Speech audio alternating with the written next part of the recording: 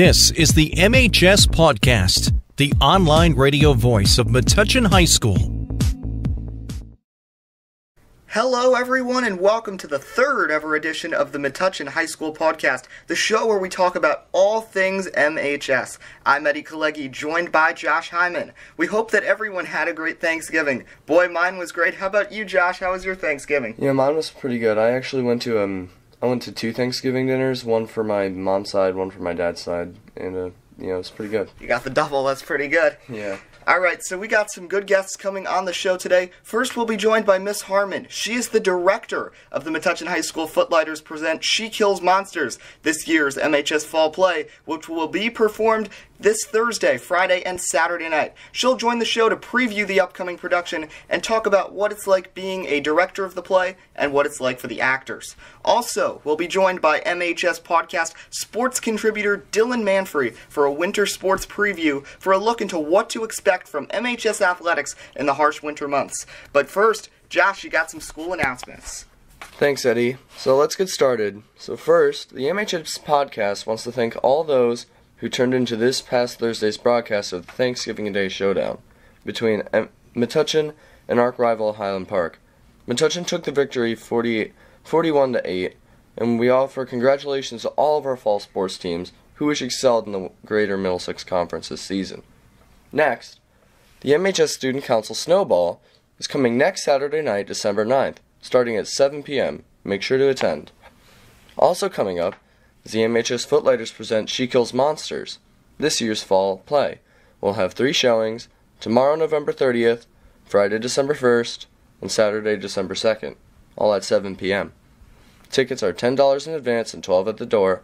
Be sure to come to support and enjoy all of the Footlighters' hard work. And lastly, it's just 2 weeks until Metuchen High School's winter concert. The holiday concert will be Thursday, December 14th at 7 p.m.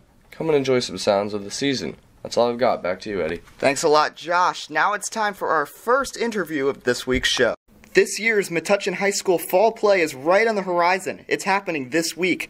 The play, She Kills Monsters, takes us into the fantasy world of Dungeons & Dragons. It tells the story of Agnes Evans as she confronts the death of her younger sister Tilly.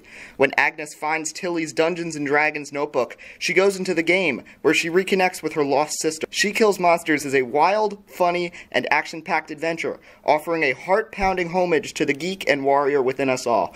For more, we are thrilled to be joined by the director of this fall play, Metuchen High School ELA teacher Miss Harmon. Welcome to the show. Thank you. So, what was it that made you decide to choose She Kills Monsters to be the MHS fall play? She Kills Monsters is a relatively new play, and I had read about it before and began to hear about it. It's being done more in colleges and now in high schools, and because it deals with, the whole cast is are teenagers, and it deals with really amazing, entertaining things that I think teenagers will love. You know, it has fantasy, it has violence, we have a lot of stage combat, it has a lot of humor, very funny, but it's also really touching as well, and so I just thought it would be something the students would really like. Relatable and exciting at the same time. That sounds really cool. Alright, so is there anything attractive in Queen Egwene's playwriting style that drew you towards the performance of one of her plays? Yes.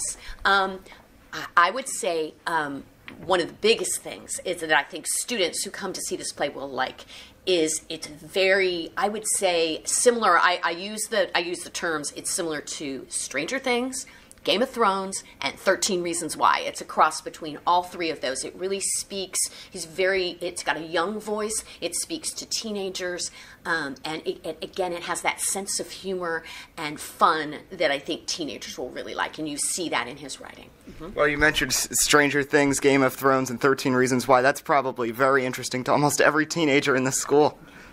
Alright, so what was the most difficult part in producing this play? Was there like a certain aspect that was challenging for actors or you as a director? The 2 most challenging things were, first of all, we did stage combat. a lot. If you want to see fighting, we've got a lot of fighting and weapons and all kinds of stuff. But it was actually very fun. The kids enjoyed it very much, and we fought for the entire practice. I didn't let them use their weapons yet. They had to use like foam swords because they couldn't, so they could hit each other constantly, which is what they did. So that, while it was hard, it was fun. And then also, this is what we call a technical show, in that we have to do things to create a fantasy world. And so that means our lighting and our sound. We have sound effects. We have some really cool monster effects where we create monsters and that sort of thing. But it's all done very theatrically. All right, so are there any specific life lessons that this play depicts? And are there things in the play that a viewer would learn that could help them in real life? There definitely is. It deals with a teenager, and she's dealing with loss, and the loss of someone very close to her. And so it's actually, with all the strange aspects of this and the crazy fantasy, there's this story of this girl, and she's dealing with loss. And I think it shows how kids who, it has to do with kids in their fantasy world, how ordinary kids, ordinary teenagers can find themselves through doing something imaginative, like playing a game or becoming another character, as kids do in Dungeons and Dragons or in video games. And then through that, also our main character learns a lot about herself as well. So one last question before we wrap up this interview. I want to ask you about the actors. Like, for anyone who wants to be an actor at school, what are some of the characteristics that a good actor must have? Good question. A good actor has got to be, first of all, you have to be a very creative person. You have to be able to think on your feet and not be afraid to, this is why kids like improv, is because that's what improv helps you do, is you have to just go out there and not be shy or afraid to put yourself out there. And in addition, where it gets a little trickier is that you have to have also a speaking voice, a good speaking voice and presence, because especially in a theater such as ours, the auditorium is very large. And so even though we have mics, you have to be able to project your voice and your presence out into the auditorium. And it's something we work on with all the kids. So, remember to attend this year's fall play, She Kills Monsters. Showings are tomorrow, Thursday, Friday, and Saturday night. All showings are at 7 o'clock. Tickets are $10 in advance and $12 at the door. Miss Harmon, thanks for joining us, and good luck with the upcoming performance. You're welcome. Thank you for interviewing me.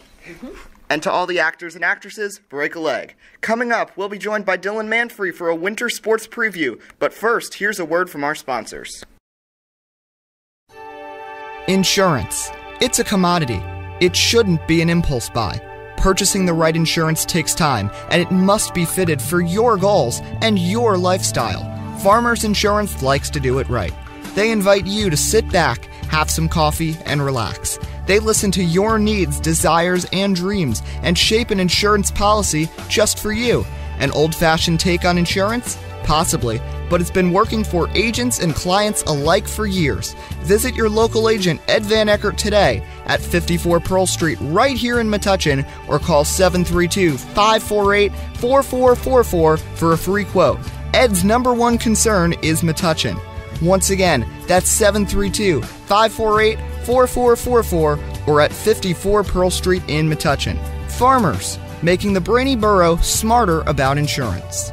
We are farmers. Bum, ba, bum, bum, bum, bum. Having trouble seeing the board in class? Do you need safety glasses for your school sport? If you answered yes to either of these questions, head over to OPTIQUE UNIQUE, the eyeglass store at 406 Main Street in Metuchen. OPTIQUE UNIQUE does it all. Not only do they offer eyewear for all ages, they also sell sports-specific safety glasses for kids and adults. Call them at 732-321-2020. That's 732-321-2020, or visit OPTIQUEUNIQUE.com. Do you want to build character, build confidence, or even build yourself? All that and more can be accomplished at the Black Belt Institute at 23 New Street, right here in Metuchen. Students of all ages have been able to learn respect, discipline, fitness, and self-defense from their experienced instructors for over 20 years. Whether you're an adult looking for stress reduction or know someone young who has interest in Taekwondo, the Black Belt Institute is the place to go. The Institute takes a fun approach at teaching the rules of self-defense, instilling in their students an I-can-do-it attitude. Interested in taking a class? Call them at 732-205-9797 or visit their website at blackbeltinst.com. Once again, that's 732-205-9797 or blackbeltinst.com. The Black Belt Institute, Metuchen's leader in martial arts and fitness. Let's give a thank you to some of our sponsors. Thank you to What's the Scoop, Reflections on Main, the Main Street Barber Shop, and the Metuchen Savings Bank. None of this would be possible without the help of these businesses. Welcome back to the Metuchen High School Podcast. I'm Eddie Kalegi. Whether you like it or not, the winter is upon us. And even though that means snow and frigid mornings coming to school, it also marks the start of the winter sports season. It'll be exciting, and to preview that, here is MHS Pawdcast sports contributor Dylan Manfre. Thanks for joining us. Always great to be here, Eddie. I cannot believe it's winter already. Me neither. The year's going very fast. But before we get into winter sports, the brunt of the fall sports season wrapped up Thursday for the football team. It was a 41-8 victory against rival Highland Park in the Thanksgiving Day showdown, with a strong running attack led by Jaden Rojas and second-string players performing like the starters, leading the way to a blowout victory.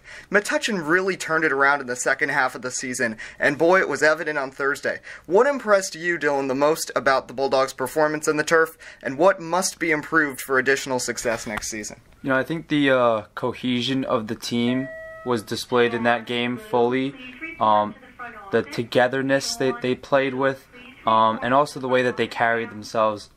The defensive line and offensive line on both ends of the field had very strong blocking, especially on the offense, to allow Jade Rojas to go for 2 of his 3 touchdowns were over 50 yards rushing, and to allow that to happen, you got to have good blocking on the line. And I think the only reason he got those touchdowns and were because of the blocking of his strong offensive line. Finished the day with 11 carries, 237 yards, 3 touchdowns. And as a team, they had 31 total attempts on the ground, 347 all-purpose yards. And that's a testament to the blocking. What also impressed me was the depth of this team, as you said, that they showed in the second half. Even though Gio Ortega got injured, their starting kicker, Sean McCadden, and even Daniel Russell, who's never kicked before in his career, stepped in looking good. Had some good kicks. The resilience of the players to come in different roles, like that they wouldn't expect, and still be able to succeed, really was a testament to this team. Oh, absolutely. And like you said before, the second unit shows that like this team has a lot of depth at a lot of positions, and a lot of players are pretty good two-way players. Notably, Andrew Sullivan and Amari Whitehead, both sophomores. Andrew Sullivan had those 2 fumble recoveries off kickoffs, mind you. Those you don't really see fumbles off kickoffs too much. And one of them he returned for a touchdown. Sullivan finished the day with 4 tackles. Amari Whitehead had 5, who was a great two-way player, and you can even expect him to be in a wide receiver slot on the offense. Maybe even a tight end here and there. But he's a great two-way player, and I think the Bulldogs are going to be utilizing him a lot next season. Lots to build on for Bulldog football for the future, but now we got to move on to winter sports. What will be the keys to strong performance for both the girls and boys basketball teams this year? Starting with the girls, they just have to trust each other and really play through each other. On the offense, you got to run it through Bryn Farrell and Sam Anton. The 2 of them have great cohesion together, great chemistry. They played on Team Miller, their AAU team, over the summer and throughout the offseason, so the 2 of them have an improved relationship. So it'll be interesting to see really how the 2 of them coincide with each other on the court, play through each other.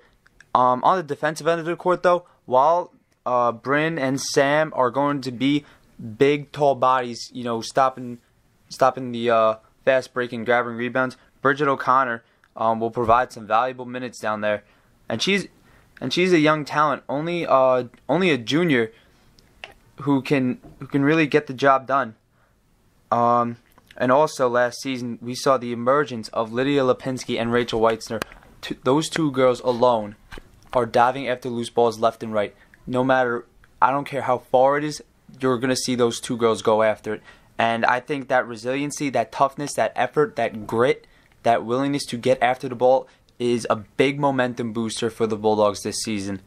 On the boys' end, the biggest thing I noticed is that they need to prevent big leads. This team last year was not good, admittedly, when they were down by a lot. It was notable against Bishop Bar last year in the away game. Metuchen was outscored 18-8 in the second quarter. They went on to lose that game by 14. Versus South Plainfield, they were outscored 19-6 in the first quarter. Getting right out of the gate for a 19-6 deficit can't put you in the best mental state. It can't put you, and it puts you in a really tough spot because it's going to take a lot to come back. If you know South Plainfield, they're a good sharp shooting team, and so is Bishop Bar. And I think Metuchen really, I guess folded underneath that pressure. So the thing they need to do is just flip that. They need to stay strong. They need to stay in the game the entire 4 quarters in order to get some more wins and some more quality wins over these in-division opponents. Another thing they got to do is control the ball a lot more than they did. The reasons they got those big leads, especially against the game against South Plainfield, was because they scored a lot of points off turnovers. So ball control is going to be key, and it really shows that this team needs to stay consistent. They need to stay consistent throughout all 4 quarters. Maybe make a few adjustments here and there because obviously you need to do that. That's part of the game. But if they're scoring the ball, they got to keep scoring the ball. But overall, Eddie, this is a smart team. Yeah. These guys have a lot of experience under Coach Jensen heading into his 4th year at the helm of Metuchen basketball, and they have a very high basketball IQ. So I think if the guys capitalize on that, play through each other as well, I don't see why they couldn't have at least another 10, maybe 11 win season. All right, so the Metuchen cross-country team was outstanding this year. And as we head into winter track season, can we expect more of the same from Metuchen running? And what can we expect from some of the new sprinters this winter on the track team? Ooh, winter track, always a fun time. Yeah. Going down, running at the Toms River Bubble. I know it from myself. The Toms River Bubble is it's a great facility. I will say, however, the air quality in the Toms River Bubble isn't the best. But I think you can expect a lot of the same from these distance guys and the sprinters as well. The distance runners from both the boys and the girls teams got a chance to rest coming off Meet of Champs. I think they had about 2 weeks rest. We are getting into the first days of practice, so it's going to take some time to get back into the swing of things. It's going to, like I said, it's going to take some time, but I think they're going to, once they get back into it, they get back into their routine, things should be fine. They're fully capable of, adjusting to the weather.